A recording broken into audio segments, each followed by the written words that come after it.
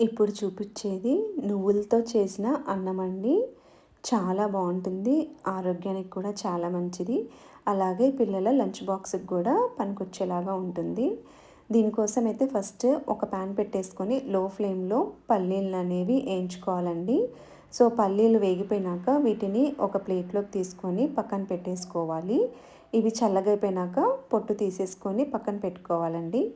అలాగే ఇప్పుడు ఇదే ప్యాన్లో ఒక 2 టేబుల్ స్పూన్స్ వరకు మినప్పప్పు, అలాగే శనగపప్పు కూడా ఒక 2 టేబుల్ స్పూన్స్ తీసుకోవాలండి. ఇవి కూడా చాలా లో ఫ్లేమ్లోనే వేపుకోవాలి. అప్పుడే గింజ లోపల వరకు వేగి బాగుంటుందన్నమాట.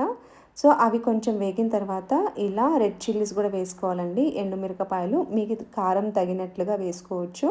సో నేను అవి బాగా ఎర్రగా అయిన తర్వాత ఒక పిరికెడు నువ్వులు కూడా వేసుకున్నానండి.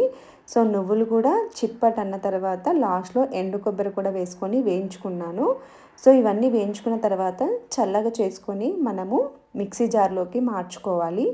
అలాగే దాంట్లోనే కొంచెం పసుపు, తగినంత సాల్ట్ కూడా వేసుకొని ఫైన్ పౌడర్ లాగా చేసుకోవాలండి. అలాగే ముందుగా వేయించుకున్న పల్లీలను పొట్టు తీసుకున్నానండి. ఇందులో నేను రోట్లో వేసుకొని కచ్చా పచ్చాగా దంచుకుంటున్నాను.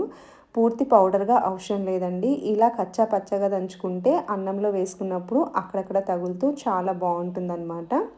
సో ఇప్పుడు ప్యాన్లో కొంచెం ఒక 5 టేబుల్ స్పూన్ల ఆయిల్ వేసుకొని పోపు గింజలు కూడా వేసేసుకొని ఒక రెడ్ చిల్లీ కూడా వేసుకొని వేపుకున్న తర్వాత ఒక బౌల్ అన్నం వేసుకోవాలండి. అలాగే మిక్సీ పట్టిన నువ్వుల పౌడరు, అలాగే దంచి పెట్టుకున్న పల్లీలను కూడా వేసేసుకోవాలి. ఇలాగే లో ఫ్లేమ్లో అంతా కలిసేటట్టు కలుపుకోవాలండి. అప్పుడు అన్నము పొడి అంతా కూడా లో ఫ్లేమ్లో మగ్గిపోయి మంచిగా ఉంటుంది. సో ఇలా కలిపేసుకుంటే మన నువ్వుల అన్నం అనేది రెడీ అయిపోతుంది. సో చాలా పొడి పొడిలాడుతూ స్పైసీగా హెల్తీగా చాలా బాగుంటుందండి. ఒకసారి ఈ నువ్వుల అన్నంని కూడా ట్రై చేసి చూడండి. చాలా బాగుంటుంది. Thank you so much for watching. Please follow my channel.